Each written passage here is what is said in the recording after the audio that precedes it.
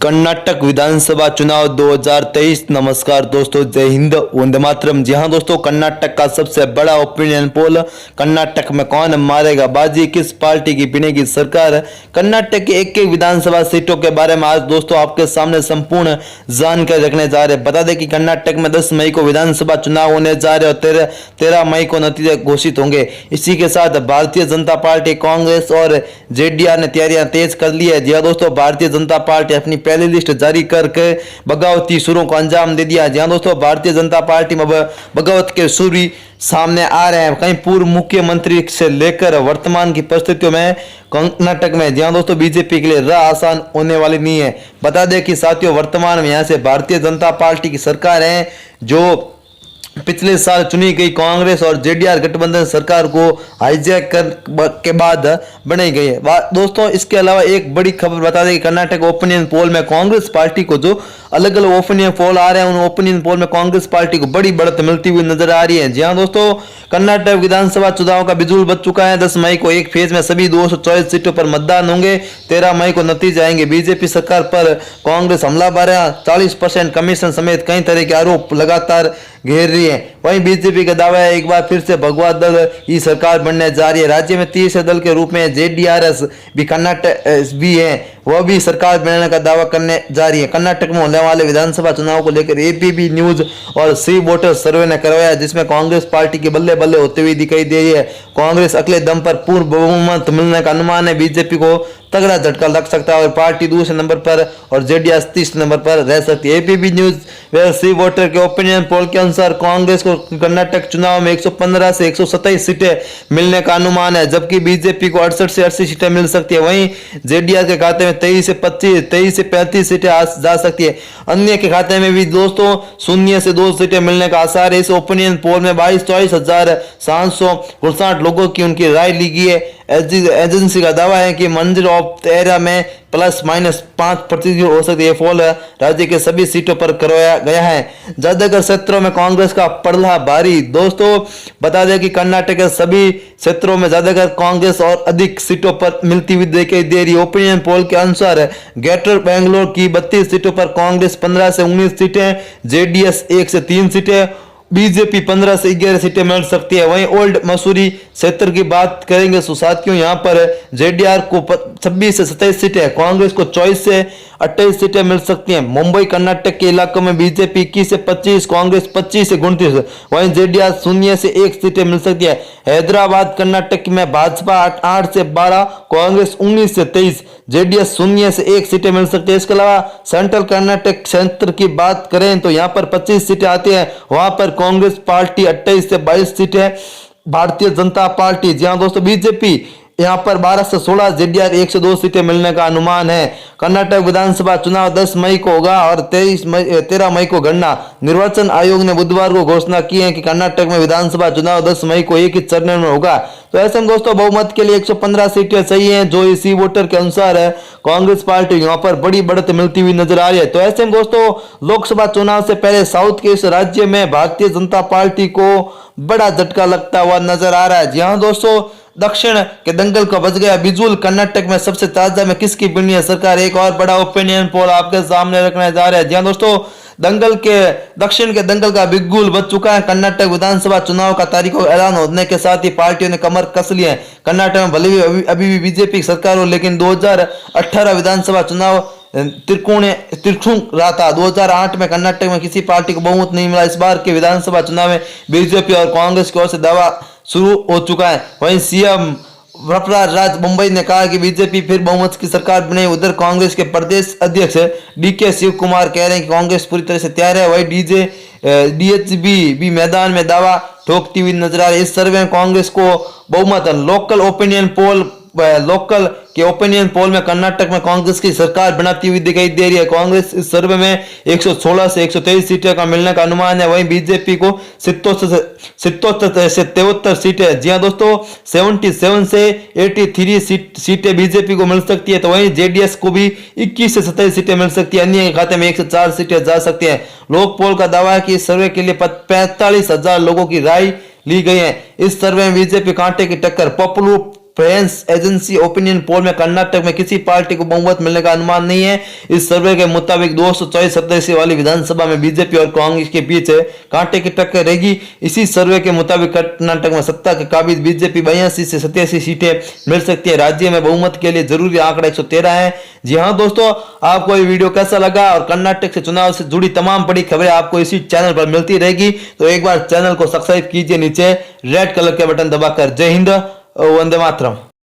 नमस्कार, जय हिंद, वंदे मातरम। साथियों, आज हम बात करेंगे कर्नाटक की 224 विधानसभा सीटों का सबसे बड़ा ओपिनियन पोल। जी हां दोस्तों, कर्नाटक विधानसभा चुनाव की तारीखें घोषित होने के बाद कर्नाटक का सबसे बड़ा ओपिनियन पोल। जी हां दोस्तों, कर्नाटक में कौन मारेगा बाजी, इस बार किस पार्टी का रहेगा दबदबा। जी हां दोस्तों, इस बार कर्नाटक का चुनाव काफी मुश्किल भरा है सभी पार्टियों के लिए, क्योंकि जो अनुमान आ रहे हैं, जी हां दोस्तों, जो ओपिनियन पोल आ रहे हैं उसी के हिसाब से इस बार कर्नाटक में किसी पार्टी को स्पष्ट बहुमत मिलेगा या नहीं मिलेगा ये तो जनता ही तय करेगी। दोस्तों, आपको बता दें कि कर्नाटक में जहां इस बार भारतीय जनता पार्टी के लिए राह आसान होने वाली नहीं है, तो दोस्तों सबसे पहले पहली की बात करेंगे तो यहाँ पर 9 विधानसभा की सीटें आती हैं, एक पर कांग्रेस पार्टी जीत रही है। जी हाँ दोस्तों, बता दें कि इस बार मुकाबला काफी रोचक है। दोस्तों, धीरे धीरे संपूर्ण जानकारी आपको देंगे एक एक विधानसभा सीटों के बारे में। दोस्तों, आपको बता दें कि 2018 में जहाँ कांग्रेस पार्टी और कांग्रेस गठबंधन को सरकार में बहुमत मिला था, लेकिन उसके बाद फिर भारतीय जनता पार्टी ने हाईजैक कर सरकार को दौड़ दिया था। उसी के बाद अब दोस्तों इस बार विधानसभा चुनाव में देवनगर की 8 विधानसभा सीटों की बात करेंगे तो एक पर कांग्रेस, 5 पर बीजेपी, 2 पर जेडीएस के खाते में सीट जारी है। बीजापुर की 8 विधानसभा सीटों की दोस्तों बात करेंगे तो एक पर कांग्रेस पार्टी, 6 पर बीजेपी, तो वहीं एक पर जेडीएस के खाते में सीट इस बार जा सकती है। दोस्तों, इस बार बता दें कि मुकाबला काफी रोचक व कड़ा है, क्योंकि इस बार आम आदमी पार्टी भी यहाँ पर चुनाव लड़ती हुई नजर आ रही है। दोस्तों, इसी बीच एमपी नगर उत्तर की बात करेंगे तो 8 विधानसभा की सीटें आती हैं, एक पर कांग्रेस पार्टी, 6 पर बीजेपी, तो वहीं एक पर जेडीएस के खाते में यहाँ पर सीट जाती हुई नजर आ रही है। वहीं चिक्कमगलुर की बात करेंगे तो 5 विधानसभा की सीटें आती है, एक पर कांग्रेस पार्टी, 3 पर बीजेपी, तो वहीं एक पर जेडीएस के खाते में सीट इस बार यहाँ से जा सकती है। दोस्तों, अगला क्षेत्र काफी महत्वपूर्ण है, इसी क्षेत्र की बात करेंगे तो दोस्तों आपको बता दें कि रायपुर आता है। रायपुर में 7 विधानसभा की सीटें हैं, 2 पर बीजेपी, 2 पर कांग्रेस, 4 पर बीजेपी, तो 1 पर जेडीएस के खाते में सीट जारी है। दोस्तों, ये शुरुआती ओपिनियन पोल है, लेकिन जैसे जैसे चुनाव की तारीखें नजदीक आएगी उसी के हिसाब से समीकरण बदलते देखने को मिल सकते हैं। बालाकोट की बात करेंगे तो 7 विधानसभा के सीट आती है, 1 पर कांग्रेस, 4 पर बीजेपी, 2 पर जेडीएस के खाते में सीट जारी है। दोस्तों, हाल ही के दिनों में लगातार प्रधानमंत्री कर्नाटक के दौरे कर रहे हैं, तो ऐसे में क्या कर्नाटक में कुछ बड़ा उलटफेर इस बार होगा? क्या भारतीय जनता पार्टी अपने दम पर स्पष्ट बहुमत की सरकार बनाएगी? असम की 7 विधानसभा सीटों की बात करेंगे तो 2 पर कांग्रेस पार्टी, 4 पर बीजेपी, तो 1 पर जेडीएस के खाते में सीट जारी है। मंडुए की 8 विधानसभा सीटों की बात करेंगे दोस्तों, 2 पर कांग्रेस पार्टी, 3 पर बीजेपी, 2 पर जेडीएस के खाते में इस बार सीट जाती हुई नजर आ रही है। दोस्तों, इस बार इस क्षेत्र में काफी बड़ा बदलाव देखने को मिल रहा है। जी हाँ दोस्तों, सियासी घमासान लगातार कर्नाटक में बढ़ता ही जा रहा है। वहीं धारवाड़ की बात करेंगे, धारवाड़ की तो 7 विधानसभा की सीटें आती है, 2 पर कांग्रेस पार्टी, 4 पर बीजेपी, 1 पर जेडीएस के खाते में सीट इस बार जा सकती है। दोस्तों, अगला क्षेत्र चित्रकूट आ चुका है। चित्रकूट की बात करेंगे तो 6 विधानसभा की सीटें आती है, 4 पर बीजेपी, 2 पर कांग्रेस पार्टी के खाते में सीट जाती हुई नजर आ रही है। जी हाँ दोस्तों, मुकाबला काफी बड़ा इस बार कर्नाटक में देखने को मिल रहा है। बार मूल की बात करेंगे तो 7 विधानसभा की सीटें आती हैं, 1 पर कांग्रेस पार्टी, 4 पर भारतीय जनता पार्टी, 2 पर जेडीएस के खाते में सीट जाती हुई नजर आ रही है। दोस्तों, आपको बता दें कि इन दिनों प्रदेश में काफी बड़े सियासी घमासान देखने को मिल रहे हैं। जी हाँ दोस्तों, अब खबर आ रही है कि टॉलीवुड एक्टर है सुधीर किच्चा भी बीजेपी में शामिल हो सकते हैं। तो दोस्तों, ये वीडियो कैसा लगा कमेंट करके जरूर बताएं। जय हिंद, वंदे मातरम। कर्नाटक का सबसे बड़ा ओपिनियन पोल, कौन मारेगा कर्नाटक में बाजी, किस पार्टी की बनेगी सरकार? क्या इस बार बीजेपी लगातार दूसरी बार सत्ता में होगी या फिर कांग्रेस पार्टी इस बार बीजेपी को सत्ता से उखाड़ फेंकेगी? तो इस बार दोस्तों कर्नाटक को लेकर सबसे बड़ा ओपिनियन पोल आ चुका है। एक बार चैनल को सब्सक्राइब कीजिए, नीचे रेड कलर के बटन दबाकर। कर्नाटक विधानसभा चुनाव की तारीखों का बुधवार को ऐलान कर दिया गया था। राज्य में 10 मई को एक ही फेज में वोटिंग हुई, जबकि 13 मई को नतीजे जारी किए जाएंगे। प्रमुख मुकाबला बीजेपी, कांग्रेस और जेडीआर के बीच है। चुनाव का बिगुल फूकने के साथ ही पहला ओपिनियन पोल भी सामने आ चुका है। एपीबी न्यूज व सी वोटर द्वारा किया गया कर्नाटक का ओपिनियन पोल में कांग्रेस बीजेपी में भारी दिखाई दे रही है। सर्वे में कांग्रेस अकेले बहुमत हासिल कर लेगी।